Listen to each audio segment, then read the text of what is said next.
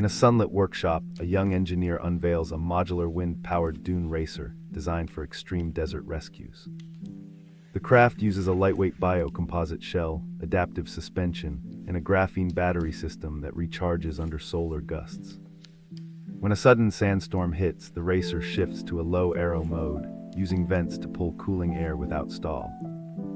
Onlookers witness a demonstration where the vehicle navigates treacherous dunes and then transforms into a compact emergency rover. The project seeks to advance safety, autonomy, and repairability, giving communities new tools when storms strike.